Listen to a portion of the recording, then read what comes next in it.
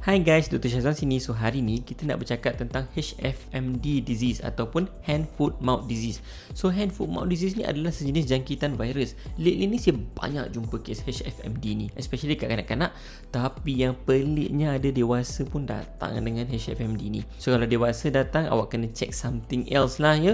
Mungkin benda HFMD atau mungkin lain. Kalau awak dapat HFMD tapi awak dewasa, kena check antibody badan. Mungkin antibody badan tu lemah atas sebab-sebab tertentu. In general, kanak-kanak ataupun bayi yang dapat HFMD ni, dia dapat melalui sentuhan, spread hanya melalui kontak sahaja. So dapat daripada kawan-kawan kat sekolah, dapat daripada mungkin tadika ataupun taman permainan ataupun pergi shopping mall. So HFMD ni adalah virus Coxsackie. Dia merebak dengan cepat. So dia akan melibatkan kawasan tangan, kaki, kawasan tapak tangan, tapak kaki tadi, dan kawasan mulut, bibir dan juga kerongkong.